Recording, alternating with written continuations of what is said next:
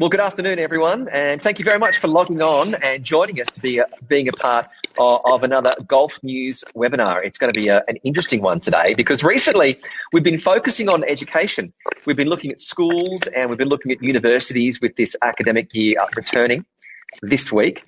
But a bit of a change today. Today we're going to be focusing on second citizenship and Dominica's Citizenship by Investment program, and in particular, just how family friendly it is. So today what we're looking to do is how to bring your family together with Citizenship of Dominica.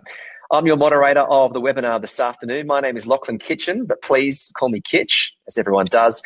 I'm an Australian media presenter. I've been in the media for just under 20 years, and I am exceptionally interested in today's topic because I've always, like many of you, had a fascination for the beautiful islands of the Caribbean. When you think about it, you think of the stunning beaches, the crystal clear water, the perfect weather that you have all year round. Who hasn't dreamed of spending a long vacation in the beautiful part of the world? Now, if you aren't aware, Dominica is in the southern part of the Caribbean.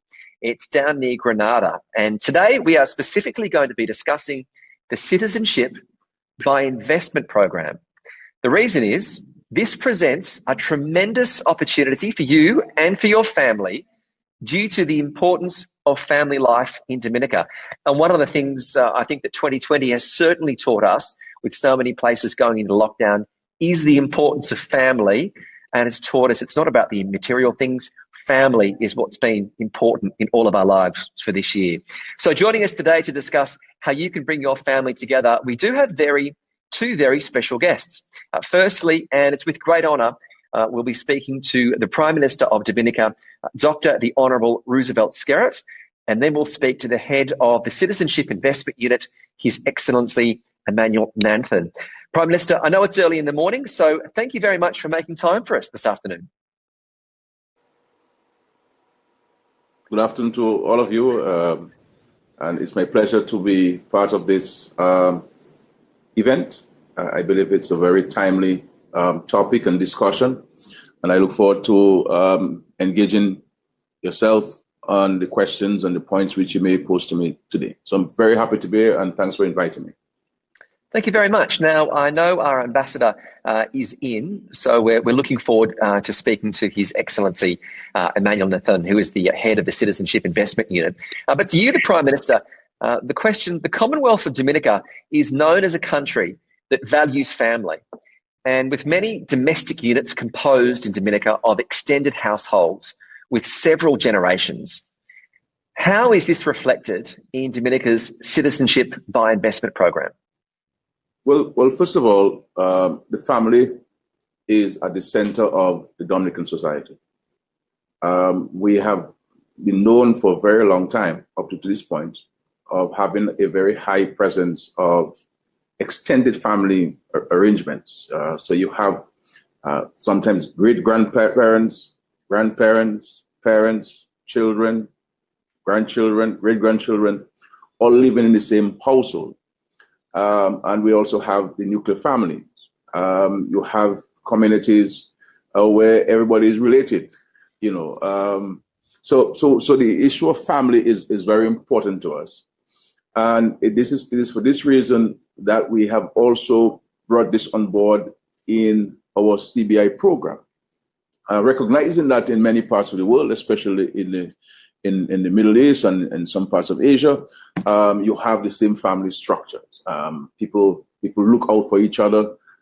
People take care of the family, the parents and grandparents, in a very admirable manner. And so, having consulted with a number of stakeholders in the marketplace, including prospective applicants and also people who have become citizens. We have our marketing agency as global. We have developers and promoters engaging in discussions as to how can we enhance the CBI program. How can we make it more attractive to our prospective applicants? But also, how do we reach out to these families to ensure that we can keep families together and not let people believe being part of a family is a bad thing. And so there's certain benefits which come and there's certain benefits which don't come. And so in our CBI program, Recently, we made some changes to it, and I just want to draw to your attention some of the changes which we made to the CBI program where the family is concerned, if you allow me. For example, one, any dependent can be related to either the main applicant or the main applicant's spouse. Two, we impose no age limitations on parents and grandparents. Three, for all adult dependents other than a spouse, there need only be a showing of substantial support on the part of the main applicant or the spouse of the main applicant, where previously we required full support. So previously we required full support, now we just need to show substantial support. Four, we allow siblings up to the age of 25, but we are also cautious that for any sibling who is a minor, that is under the age of 18, consent must be granted by the parents. And then we are the only country really that allows the spouses of qualifying parents and grandparents to also be included in a CBI application, so long as there is a showing that they are substantially supported by the main applicant or the main applicant's spouse. So this is this is, we could say, a groundbreaking policy that the government has, the Dominican program has introduced, because we understand the importance of family. We understand the importance of keeping families together. We understand the need for family members to continue looking out for each other. Yeah, it does seem you are being quite a trailblazer in that with some of those changes. They're very interesting, and I think they will be interesting to many of our readers here at Gulf News, because here in the UAE and in other areas of the Middle East, people do tend to have those large families where you've got multiple generations living in the one house. So would you therefore recommend Dominica as a nation for which relocation would be desirable for large families? Oh yes, not only large families, for single people, for a husband and wife, or a husband and wife and one child, a husband and parent. You know, we welcome everyone in Dominica, and I believe that Dominica is well suited to receiving our friends and families for a number of reasons. You know, we look at life and we need three things essentially from a country, a government. One, security and a safe place for ourselves and our families and for us to conduct business. Two, a good education system. And three, a good health system. In respect to security and safety, we have minimal crime in Dominica. You as a visitor to Dominica, you can walk the streets, you know, and ask questions for directions. If you are seen walking, you very well have somebody stop and ask you where you're going to, and they will certainly provide you a lift to take you to your destination. You can go to our beaches and to our waterfalls with no fear of your safety. So we are a safe place for you to raise your families. And Dominica, no doubt, is a very safe place. Two, in education, we have a very robust education system, an education system that responds to the current needs of the society, the current needs of the world. And when our children get educated in Dominica, they can compete and succeed in any education system across the world. We have students in China, we have students in Russia, we have students in the United States of America, we have students in Canada, we've had students in Australia, in Serbia, so you name the countries, we have had more students going to these countries, into universities, performing well, and certainly even surpassing the level of success that many of the students from these own countries have. And so our literacy rate is about 98%. We have free education up to age 16. And we also provide substantial support to our students to attain higher education, both nationally and externally. In regards to our healthcare system, we are investing heavily on improving the infrastructure. So as we speak, we have our new national hospital under construction. It will be completed next year, God's willing. We're also building a new hospital in the north, closer to the airport, to provide for any emergencies in the event of any eventualities at the airport and in that health district. We're also modernizing our primary healthcare system. We have been noted for having a very good, an excellent primary healthcare system. So we're building a number of new health centers. But that is on the infrastructure side. We also are introducing new services to our citizens and visitors alike, and also critically training people at all levels. You know, whether you're an orderly, whether you're a nurse or a pharmacist, a physician, a surgeon, we are providing you with the training and access to training and new methods of treating patients, so that we're in a position where anything were to happen to any of our citizens or visitors, we're in a position to support. But and just to show you, just to draw to your attention a point. I mean, we're in the middle of this pandemic, this global pandemic of COVID-19. We're a small country, but we have not had one death as a result of COVID-19. Wow. Everyone of our citizens who contracted this virus recovered successfully. And, you know, there are patients with underlying health issues, and they're high risk. And many of them in many countries have unfortunately passed on. We had a case, or two cases, but I'll reference one, an 85-year-old man who contracted the virus. He's suffering from diabetes, hypertension, he's asthmatic, and he's 85 years old. So that person would be in the high risk category, and likely succumb to COVID-19. In the Commonwealth of Dominica, that gentleman was treated, and he successfully recovered, and is home with his family and his community. So and it speaks to the seriousness that we place and the attention which we place on healthcare for all, because we also provide free healthcare to everyone who is 18 years and younger, and everyone who is 60 years and older. So in the next couple of years, we shall have universal access to free secondary and tertiary healthcare in our country. Primary healthcare is free, but secondary and tertiary, in the next couple of years, we shall have universal access. Well, I think that comes as probably a lot of comfort to people who are thinking of their grandparents and their elderly relatives. They would be fascinated to hear you speak about that, Prime Minister.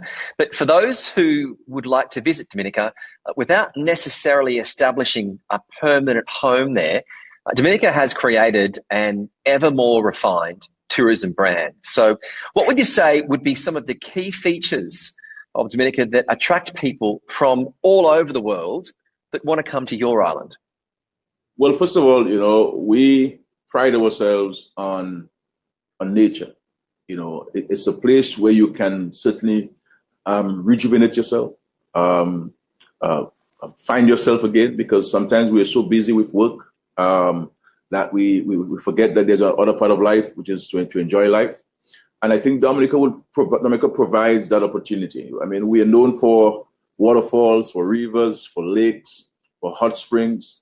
You know, we have a national trail, what we call it the Waikiki National Trail, which traverses from the south of the country all the way to the north of Dominica, in a natural setting, unspoiled, untouched. And we also are very much concerned about the environment. This is why we promote more ecotourism, building the tourism brand around the environment, seeking to preserve and to conserve the environment for future generations to enjoy, especially in a time when we speak about climate change and the need for us to reduce some carbon emissions in the atmosphere. Dominica has prided itself as being a major protector and at the vanguard of protecting the environment for many generations prior and many generations to come. We also have a number of luxury properties that we have been able to develop. We have one of the oldest European brands, Kempinski in Dominica, a 5-star hotel that provides a wide range of amenities and certainly tailors the services to their varying guests. And of course, we have the Secret Bay.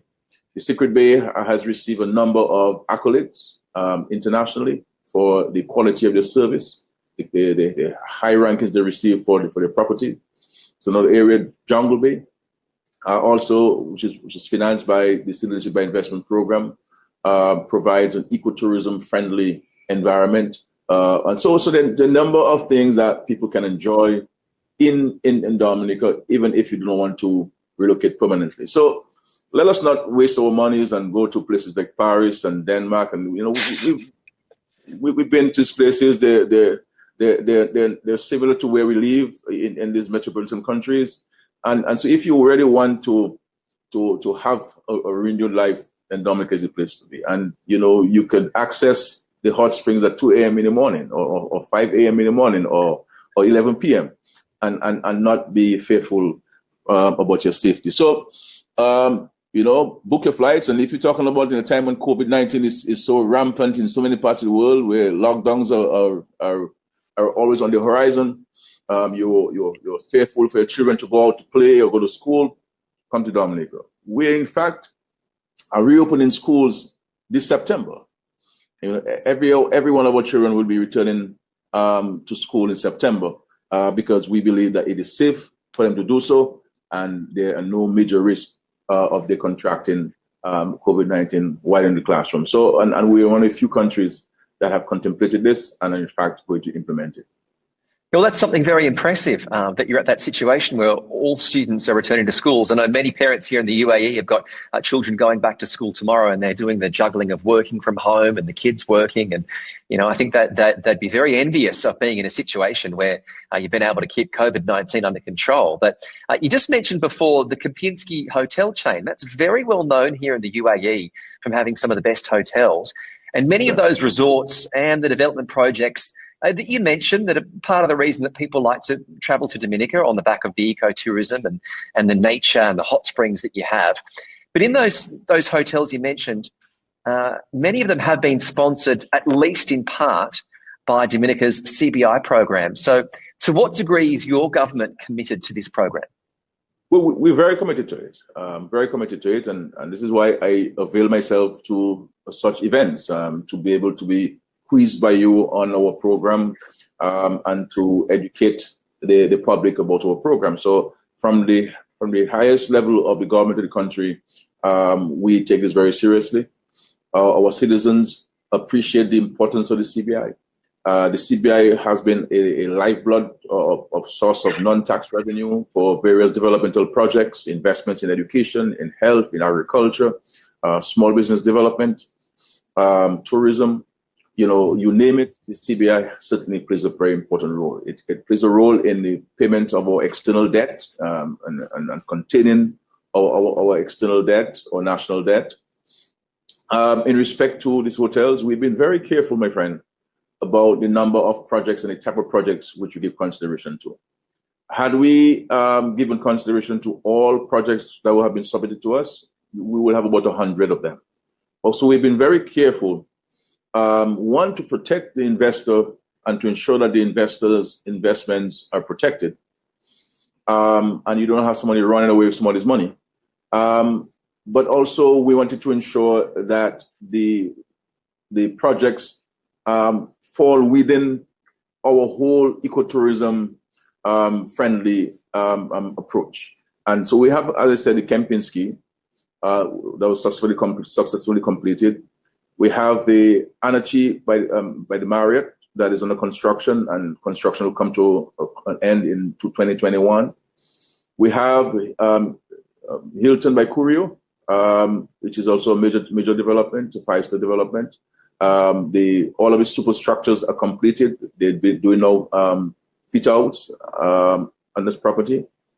We have Jungle Bay that was completed, and Jungle Bay used the COVID-19 period to complete construction. So they now have in excess of 80 villas, 80 rooms available to the public, and they'll be reopening in October of this year to the guests. We have Secret Bay, which is, as indicated, a renowned property that has received a number of international accolades. We are doing about 40 villas with them. They have started construction. They will have a number of villas completed by December of 2020 and extend these properties to guests. And so all of our properties so far have been successful, thank God, because we have carefully selected them and given careful consideration to these projects. And I can give the existing investors and prospective investors the confidence that we take these projects very, very seriously. And in respect to our CBI as well, you know, you are a citizen of Dominica, you are a citizen of Dominica. There's no real differentiation. You know, we value the citizenship.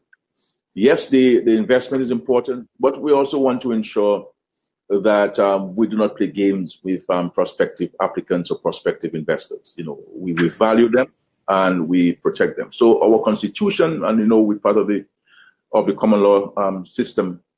So people are protected. People's properties are protected by law. The government cannot nationalize or expropriate your properties. You have ownership to these properties, and if government were to acquire it, it must compensate you with market value prices. So the number of benefits to investing in Dominica, and in respect to your question, we value very much the CBI, but just to make a point, my friend, very importantly, at the center of our CBI program is a robust due diligence process. We value this because if we do not maintain the security of the CBI program, then it will come to naught.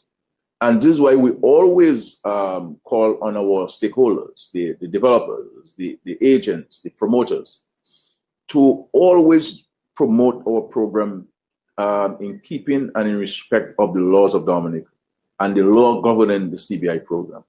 And so we do not compromise at all on the CBI program. In our case, we would prefer have a program come to an end instead of engaging ourselves in any nefarious activities that could bring the whole industry into disrepute. And so we value very much the due diligence process. And in some cases, we go above and beyond to do checks on our applicants to ensure that those who are applying for Dominican citizenship are bona fide individuals and can stand the test of scrutiny by any international agency or country. Well, I think a lot of investors and also people that are looking for citizenship would welcome that you've got that right balance between the construction and also maintaining the natural beauty from ecotourism. I think a lot of people would be very relieved to hear that you certainly still have that vision to strike the right balance, which is always so important. If I can ask you, Prime Minister, based here in the UAE, how would you describe your country's relationship with the UAE, and what would be your ambitions in the future for that relationship? I think if I were to use one word to describe it, I would say excellent. We have great relations with the UAE. It's a country we value very much, the friendship that we have engendered between ourselves. The UAE has been a very strong partner to Dominica in a number of areas, especially renewable energy. They are assisting with a major battery storage for solar energy. They've also helped us in healthcare. They provided us technical assistance in a number of other areas.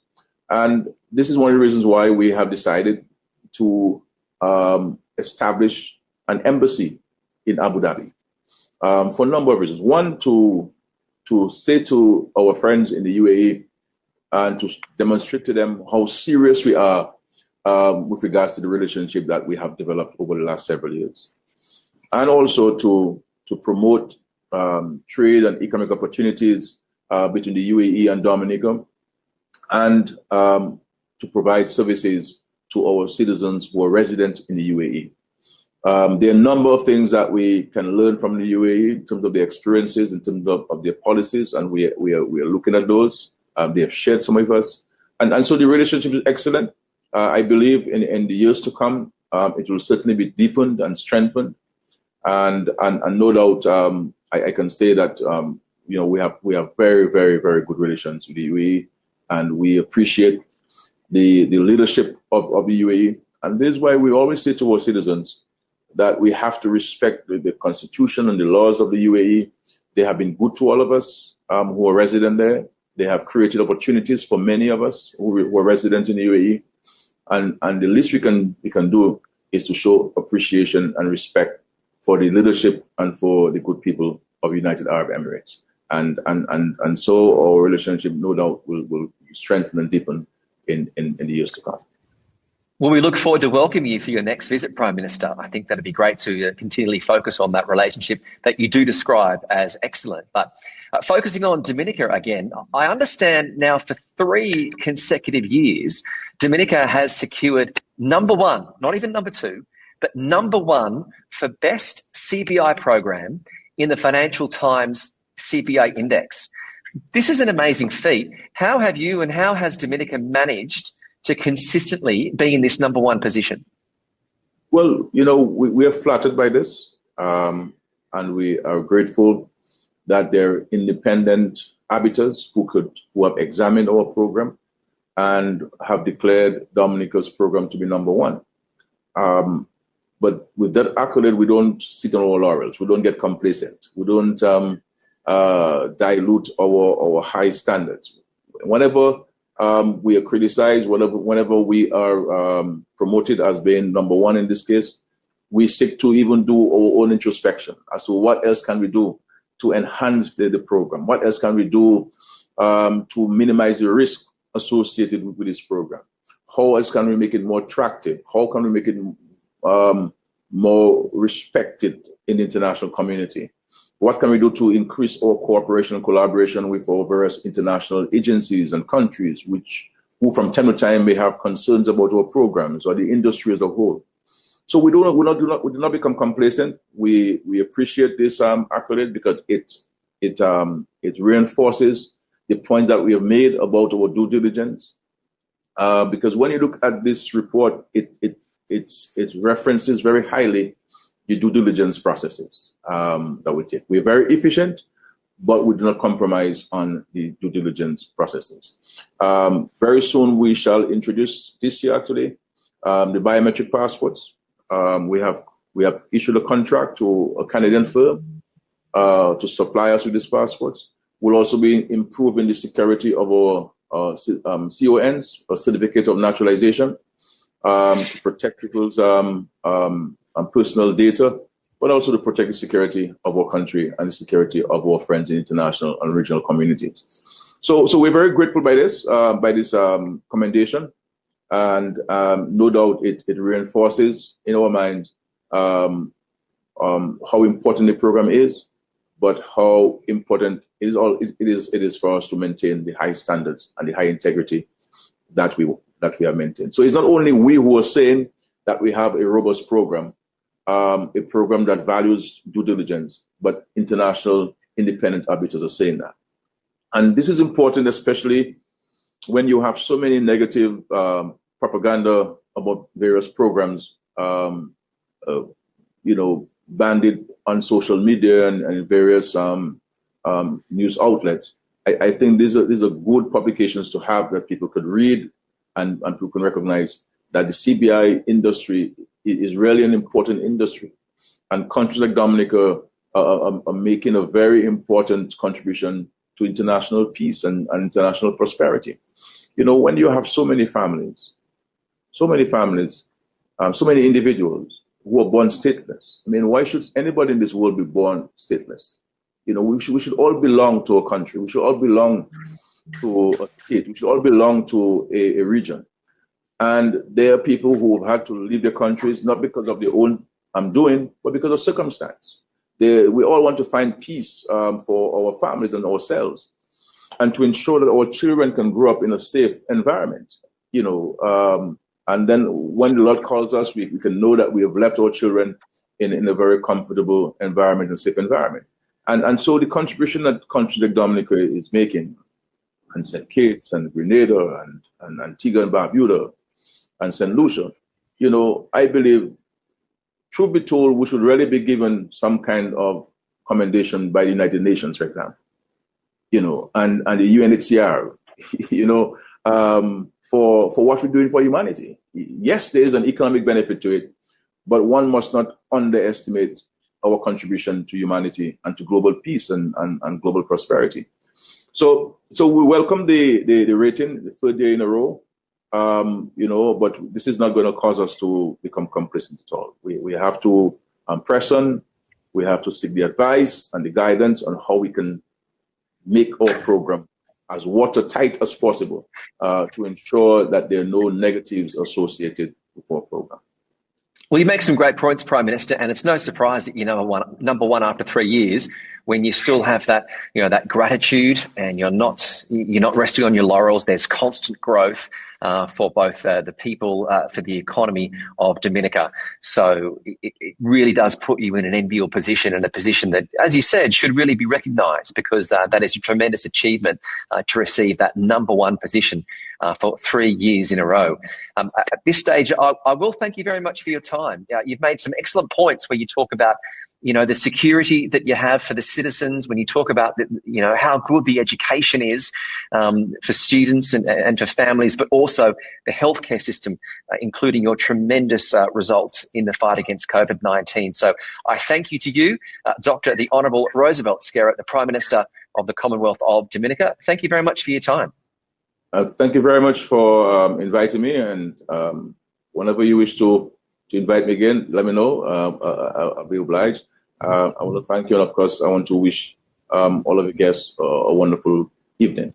And may God bless the United Arab Emirates. May God bless the world and our Commonwealth of Dominica. And I pray to God that we shall overcome this pandemic and sooner rather than later. Wise words, Prime Minister. Thank you very much, especially early in the morning in Dominica. So I thank you as we move on to His Excellency Emmanuel Nanthan, who is the head of the Dominican Citizenship by Investment Unit. I'm glad we've got you on, His Excellency, because we were looking at your profile picture for a long time, and I thought, we were just going to look at your good-looking picture, but you're just as good-looking in person. Well, you've mastered it. Good to have you on this afternoon. Thank you very much. Good evening to you. Good evening to listeners. Good morning, Prime Minister. I thought you were excellent as usual. Thank you very much, Prime Minister. Thank you. Look, we really are in an amazing time, certainly for Dominica and this CBI program. That's the Citizenship by Investment program we're discussing today, for anyone who is just joining our webinar. Now, it was only last month in July 2020. This was an exciting time for the Dominica CBI program, as he had some brand new regulations that were gazetted. Now, His Excellency, could you tell us some more about how these new regulations impact the way an applicant can include family members in their application? Well, Keith, as the Prime Minister referenced earlier on, in Dominica, for us, the family is the key to who we are as a society, as a people.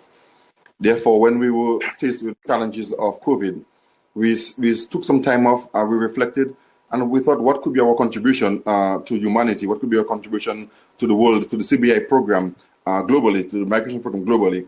And we thought what we could do was to allow families to feel more secure, to feel closer to each other.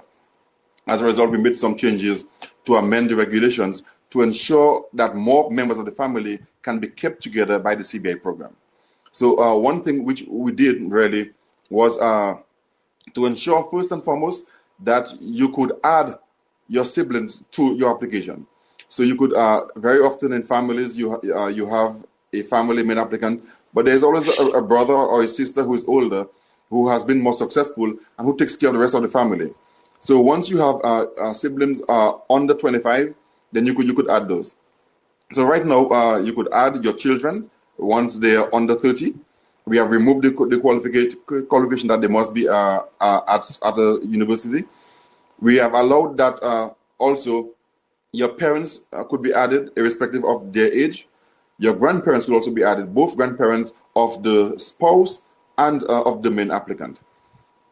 We felt that as a unit, it is better facing tough times, challenging times, when we stick together. And our contribution to the world was to ensure that we do the best that we can to allow people to stay together. So you could add your children once they're under 30. You could add your parents, your grandparents. You could add the parents and grandparents of the spouse of the main applicant. And we just ensure that now they have to be dependent or substantially dependent on the main applicant. So we made it a bit easier for the main applicant to apply for all of these people. We believe that it is important that children and siblings can be biological as well as they could be adopted. So if you have an adopted child, then you could add that child as well. If it's your biological child, of course, it goes without saying. And in Dominica, citizenship is hereditary. So it means, therefore, that you could pass on your citizenship to any child you have after you have become, once you're a citizen of Dominica. Any child you have thereafter qualifies to be a citizen as well. I mentioned earlier on that we moved the age requirements for parents and grandparents because we believe keeping the family together, as I would reiterate, the importance of family and the importance that families stay together as a people. So really and truly, our amendments to the regulations in July was our contribution to humanity. It was our contribution to ensuring that we stay safe, that we feel comfortable when we're going through challenging and difficult times. Obviously, the challenges that we face now as a people globally with the COVID situation is a very tough and very rough one. And we felt the more comfortable we can let our families feel, the closer we can keep our families together, then the better we would be as a people. So this has been our contribution as we reflect. Because very often people look at programs and look at things that they could do to maybe make more money, to attract more people. We believe that this program, as the Prime Minister mentioned, is not just a program that brings in money. It's a program where we make our contribution to humanity. And in doing so, we find ways and means of improving all the time. So you mentioned our success from the Financial Times being #1. I believe it is those soft touches that really put us ahead of the game, because we listen to our citizens, we listen to our investors, our stakeholders, and we make the changes that affect the people. Our program reaches out to the heart and soul of the people who invest in our program. We embrace all our citizens, as the Prime Minister mentioned. Whether you're a born citizen or you're a citizen to the program, there's no differentiation in our constitution to a citizen of Dominica. A citizen is a citizen is a citizen. And as the Prime Minister spoke about, the importance of family is so strong, which you've mentioned there. And, for anyone who is here in the UAE, that's comfort listening to, because here we have the same position with so many generations living under the one roof. So His Excellency, I'll just follow up that with just one more point. Under these new regulations, what would happen, say, if I moved to Dominica and I became a citizen, but then I, had a child or I married? What would the situation there? Would they still be included? Under our program, whether you're the main applicant or you're a dependent, once you're a Dominican, when you have a child after you're a Dominican citizen, that child qualifies to be a citizen of Dominica. And for that, we do not charge. There's a processing fee of $500, and that is all that would be paid to get the necessary papers. It's a processing fee of $500. There's no charge to become a citizen. So once you are already a citizen, any child you have thereafter would qualify to be a citizen as well. If you get married after you're a citizen, then we would do due diligence on your spouse, of course, but you would have to pay the fees of $75,000 for your spouse. If you were married before, and you were already married and your spouse, you did not put in your spouse in the application, then of course you could add that person, but we could discuss that a bit later. Now, I've got one situation which I wanted to raise with you. What would happen if, say, I had a family member who could have qualified under the program, but I didn't add them to my application, when I was first applying? What is the situation? Can I then add them at a later date? And the answer to that in short is yes. We would allow you to add your family members. If sometimes people would hold back on other members, it could be because of the availability of cash at the time, or it could be because they wanted to see how well these things work. And what we would do, we would allow you to add your qualified dependents at the time of application at a later date.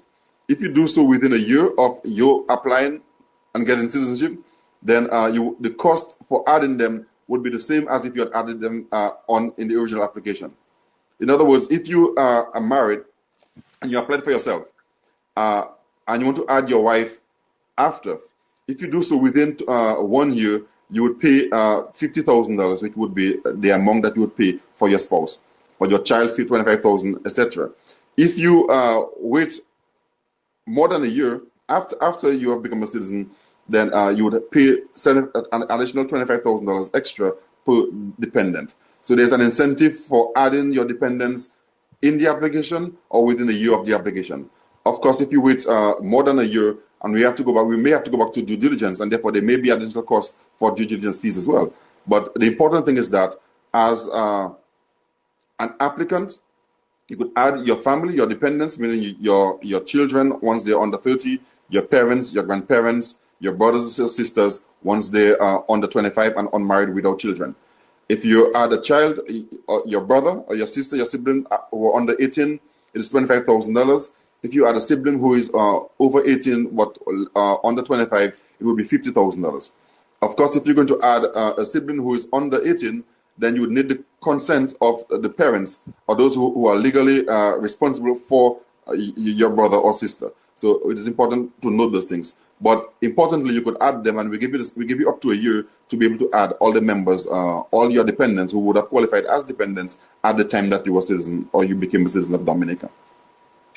That's some very good advice, His Excellency, because I know if I was to move to Dominica, my sister wouldn't want to initially go, but then she would see the photos of how good life is. She would then want to be added to the application later on. So I think a few families may be in that same position. Thank you to everyone who is currently watching our latest Gulf News webinar. We are discussing the Citizenship by Investment program with Dominica, and it's an amazing program. It has been #1 ranked by the Financial Times for the past 3 consecutive years, and there were some changes that were gazetted in July 2020, which we want to discuss with you further. Are there any other changes that were made that are family friendly in nature? Yes, when we looked at the fees that we charge for dependents, we felt there seemed to have been an abnormality with the cost of adding your spouse. So before, if you're a citizen, you want to add your child, it's $25,000. Now you could add your sibling, or your parents, grandparents, it's $25,000. But we were charging $75,000 for adding your spouse. So we felt that was a little unjust. So we have reduced the cost of adding your spouse by $25,000. So it means therefore that now you could add your spouse for $50,000 instead of $75,000. As a result, a family application, a family of up to 4 would have been before $200,000. At present, it would be now $175,000.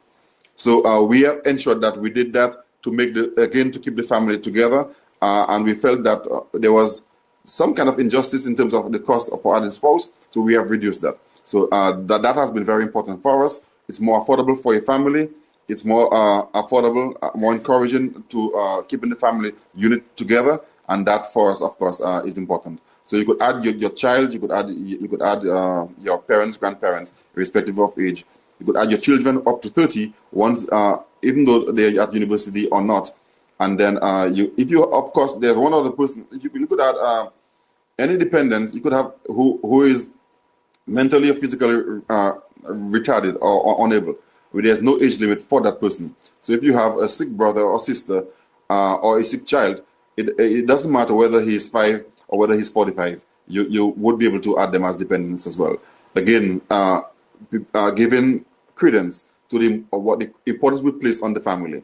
We have to take care of those who are less fortunate among us and those who are more vulnerable among us.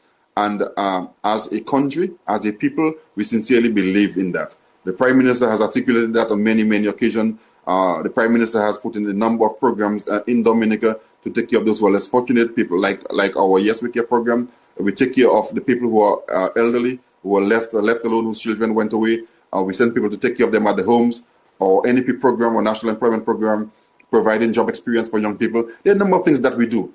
And basically, it speaks to who we are as a country. It speaks to who we are as a people. And that for us is very important. Well, you've spoken just then, and also the Prime Minister, in regards to just how strong family focus is and how family-friendly the program is. So it's no surprise that your CBI program has been ranked #1 for so many years. But going further into it, His Excellency, in addition to family friendliness, what are some of the other key features that set the Dominican CBI program apart from other similar programs that are available? I think the joy and the beauty of our program is in the simplicity of our program. an applicant is given a choice to choose from two investments: one, a direct government contribution, or two, an investment in a pre-approved government real estate.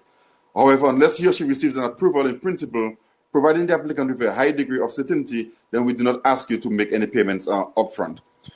Additionally, the applicant need not preoccupy himself with time-consuming traveling, or whether you have to go to interviews, or whether there's a language test, etc. We try to make our program as simple as possible so that our applicants can apply, be simple, and move forward. Our agents are given the opportunity to apply online, electronically on our portal. So in time like now, when we have the COVID situation, when our country was locked down, as we were for a while after, a few months ago, we could do our work from our home. When we had a hurricane a few years ago, we could do our work from anywhere in the world, because it is simple, it is efficient, and we do not consume too much time in going through your application.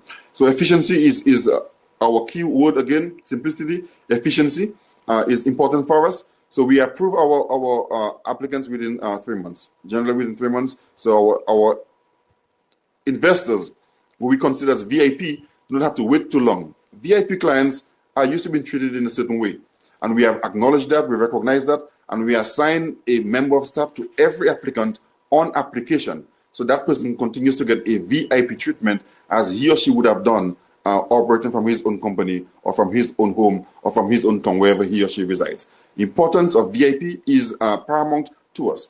And of course, the applicant, when he applies to Dominica, he's aware that this program has been around from 1993. Longevity of our program demonstrates clearly that we are a program that's successful. We know what we're doing. You could invest. We have seen people becoming citizens, their children become citizens, their grandchildren, their children, and it goes on and on and on. So, in other words, longevity, we have proven and stood the test of time. Our investors know that, our agents know that, and that, I believe, is paramount to the success of our program as well. Yeah, His Excellency, that's a tremendous point. You know, there's a reason a lot of businesses can be in business for so long, and that's because they're successful. And when you point out that you've been around since 1993, it's no surprise that when you have those key pillars of simplicity, that you've only got the 3-month waiting period, which can, mean so much to so many people when they are applying for programs like this. It really is no surprise that you rank number one for so many years. And the Dominican CBI program, because of it, is always associated with such a high level of due diligence. So would you be able to just tell us a little bit more about how this due diligence process that is applied to each application that comes in? Of course, I believe that the heart and soul of our program is really our commitment to due diligence. You could have a program to be successful, to be around for a long while. The global community has to ensure that there is solid due diligence. And because of that, we are able to expand the number of visa-free access globally. So 3-4 years ago, we had access to 120 countries. Today, we are up to 140 countries, and we're counting. We have added places like Russia. We have signed with China. We added Brazil. We're working on a number of countries in Africa, in Europe, etc. So, and that's because our applicants and our process ensures that due diligence is important. Yeah, normally 4 tiers of due diligence for our program. First and foremost, we don't accept applications directly from an agent, from an investor. It must go through an agent, and that agent must fill out a Know Your Client form, and must submit with the application a world check from one of the recognized global check, and there are many of them around Thomson Reuters, etc., etc. The list goes on. They must know the client, fill out that form. They must submit to us a world check from one of the recognized world check programs. When that comes in, the first thing we do, we would send out information from the application to our regional security, our joint regional security system, for ensuring that they check all the names, all the applicants, both main applicants and dependents, through global security checks with international partners. That is important for us. So that goes out on day one. Then our staff would go through the application, and our staff have been trained in anti-money laundering and in many other programs to ensure that the people who are applying are in fact people who we want to and we would welcome as citizens of Dominica. We send out the application then to one of 4 due diligence firms, and we have contracted the best due diligence firms in the world who do due diligence for the largest financial agencies. We choose firms from the UK and from the US mainly, and they must do for us an enhanced due diligence. They must do a boots on the ground due diligence. They interface with people in the community where the applicant grew up, where the applicant lives, where he or she operates, interview people in the field in which the applicant operates. So if you're into banking, they will get people from the banking sector who would know you and who would reference you. If you're into oil and gas, they would look at people in the area. Into agriculture, whatever. They would get information from your specific field. They would check the schools that you went to, check people, interview people who went to school with you, because for us, due diligence is exceptionally important. It is after we have gone through those phases, those 4 phases of due diligence, then we will give you an application, an approval in principle to become a citizen of Dominica. Knowing how challenging it is in certain countries to conduct due diligence, we do not believe that we could take the chance to conduct due diligence on certain countries, and therefore we have a limit of people in certain countries. For example, in Iran, in North Korea, and in Sudan. We will not accept applicants from those countries if you live and work in those areas, because it is very difficult getting the information, the thorough, in-depth information that we need and we require to guarantee that you are someone who we want to accept in Dominica and given a Dominican passport to travel the world. So if you live and reside in those countries, we won't accept you. If you are from one of those countries, but you live outside of the country for more than 10 years and you have no substantial assets in those countries or income coming from those countries, then we would consider your application. When we do so, however, you would have to pay an extra amount for even further, deeper due diligence, because our commitment to the global society is important to our program. We don't want to have someone into our program with a Dominican passport and then he or she is found wanting by anyone. So we take excessive care to ensure that the people who are allowed to be citizens of Dominica and to travel the world, the globe with the Dominican passport, are people who are fit and proper to do so. So that for us is always important. And again, due diligence, I would say, would be if efficiency, if experience, if longevity is the heart and soul, is the lifeblood. The main aspect of our program is actually the due diligence. That is the heartbeat of our program. It lies with our due diligence process. Well, he made the point earlier on, His Excellency, that if you're not any good in business, you won't last very long. And your program has been going since 1993. And I think that what you explained there through your due diligence, you know, when you work that with both the simplicity of it and the understanding of the concerns of people and their family, it's no surprise that Dominica's CBI program is consistently number one. His Excellency, thank you very much for your time. I know it's early in the morning in Dominica, so I'll let you go on with your day, in another day in paradise, which I'm sure you're having. And thank you very much for your time on the Gulf News webinar this afternoon. Thank you very much for having us. Thank you very much for discussing Dominica. We welcome all to visit our website. Let's interact, let's interface. And again, we know we're going through the COVID situation, so we wish all the best. Stay safe, stay inside. Thank you very much. Good evening. Thank you. That was His Excellency Emmanuel Nanthan, who is the head of Dominica's Citizenship by Investment Unit. And you heard from both His Excellency and also the Prime Minister about just how exceptional this program is. When you look at those pillars of security, of health, of education, when you see that this program has been around and is ranked number one for the last 3 consecutive years, it really does provide you and your family with a tremendous opportunity as a part of Dominica's CBI program. So it has been a wonderful afternoon. Thank you to everyone who has joined, who has logged in, who has watched. It's been, well, a very informative session. Thank you to everyone who has joined. Also, thank you to the team here at Gulf News. It's always great working with you.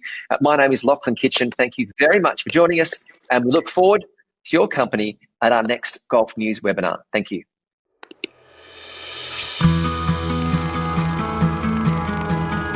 Woo!